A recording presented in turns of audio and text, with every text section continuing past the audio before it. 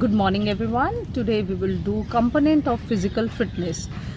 Physical fitness की 5 components हैं: endurance, speed, strength, agility, जिसे कि हम कोऑर्डिनेटिव एबिलिटी भी बोलते हैं, and flexibility. So first of all we will discuss endurance.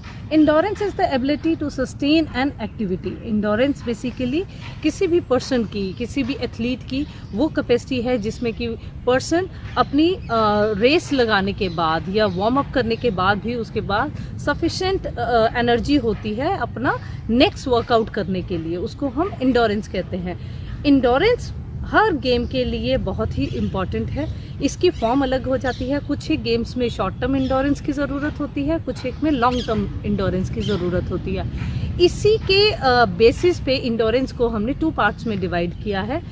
Number 1 according to the nature of the activity, and number 2 according to the duration of the activity. सबसे पहले हम discuss करेंगे according to the nature of activity.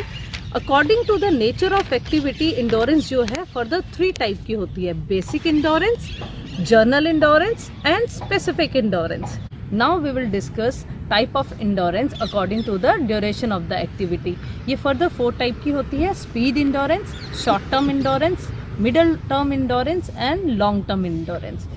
जैसे कि इसकी name से ही clear है speed endurance, तो इसमें जितने भी आपको वर्कआउट करना होता है वो बहुत ही स्पीड के साथ करना होता है. जैसे कि आपको 100 मीटर रेस करनी है या हर्डल करनी है, तो इसके साथ आपको इंडोरेंस के साथ स्पीड की भी ज़रूरत होती है.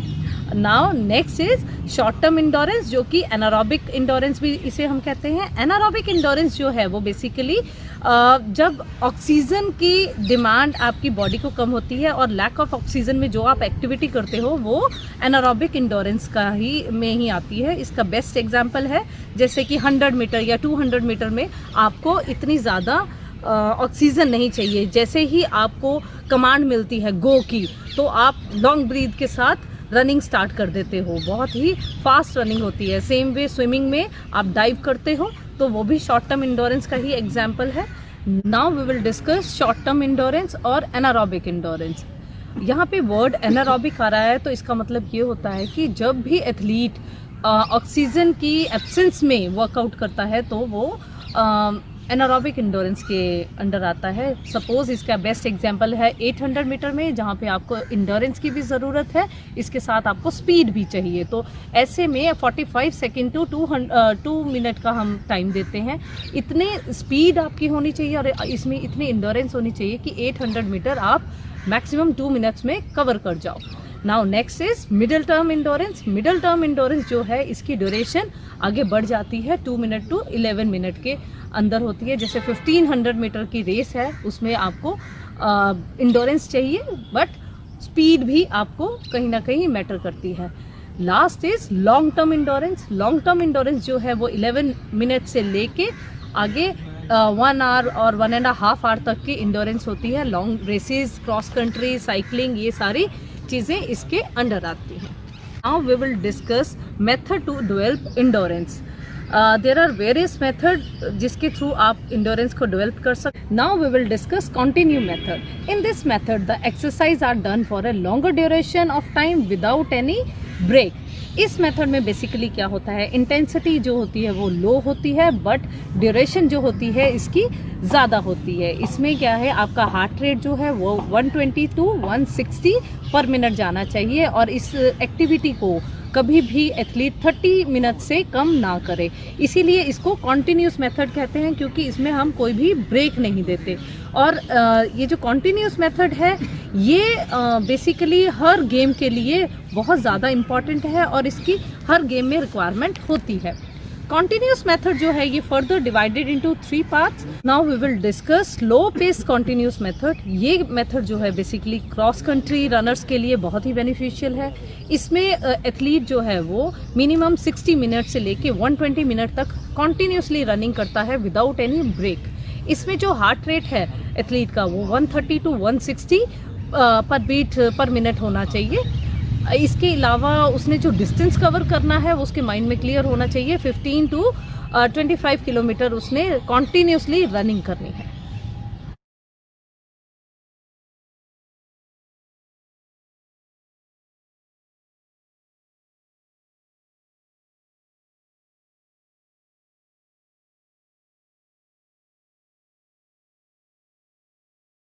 हाँ जी, next is fast pace continuous method. ये मेथड जो है basically short distance races and middle distance races के एथलीट के लिए बहुत ही बेनिफिशियल है। इसमें हार्ट रेट जो होता है वो एथलीट का वो 140 टू 180 पर मिनट भी होता है। इस तरह की जब इंडोरेंस होती है उसमें एनारोबिक इंडोरेंस हम कहते हैं, short distance and long distance middle distance races के लिए बहुत ज़्यादा रिक्वायर होती है। इसमें पर्सन को 10 टू 20 मिनट का वर्कआउट करना होता है।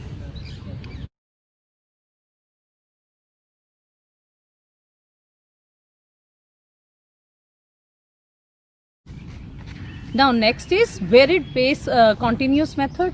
जैसे कि इसके नाम से ही क्लियर होता है, इसमें जो पेस है एथलीट की वो वेरी करती है। कभी वो स्लो रनिंग करता है और कभी फास्ट रनिंग करता है। ये ऊपर जो दो हम ऑलरेडी हमने मेथड डिस्कस किए हैं उन दोनों का कॉम्बिनेशन है। जैसे कि जो स्पोर्ट्स पर्सन है, जो एथलीट है, वो कभी फास्ट रनिंग करेगा, कभी स्लो करेगा। इसमें हार्ट रेट जो है वो 160 टू 190 पर मिनट पर बीट जाएगा। इसके अलावा इसकी जो ड्यूरेशन ऑफ द एक्टिविटी होती है वो 25 मिनट से लेके आपकी 1 आवर तक की होती है।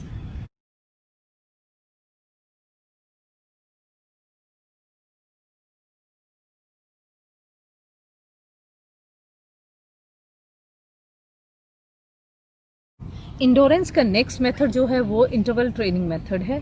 Interval training method basically it's a method of type of training method that involve a series of low to high intensity workout with rest और रिलीफ पीरियड इन बिटवीन। इसका मतलब ये होता है कि ये इस तरह का वर्कआउट है जिसमें कि पर्सन को और एथलीट को बीच में रेस्ट दी जाती है। ये डिपेंड करती है इसके कुछ एक वेरिएबल्स पे कि कितना डिस्टेंस कवर करना है एथलीट ने, कितनी स्पीड से उससे वर्कआउट कर रहा है, उसकी ड्यूरेशन ऑफ वर्कआउट कितनी है, या फिर उस वर्कआउट के इन बिटवीन आप जो रेस्ट दे रहे हो उसकी ड्यूरेशन कितनी है, रेपिटेशन कितनी लगा रहा है, उसकी हार्ट बीट कितनी जा रही है, पल्स रेट कितनी जा रही है एथलीट की, और मेथड ऑफ रिकवरी क्या है। इन चीज़ों पे बेस्ड होता है इंटरवल ट्रेनिंग मेथड। जो इंटरवल ट्रेनिंग मेथड है ये इसको हम एफर्ट एंड रिकवरी भी कहते हैं। ये बेसिकली इसी के प्रिंसिपल पे डिपेंड करता है।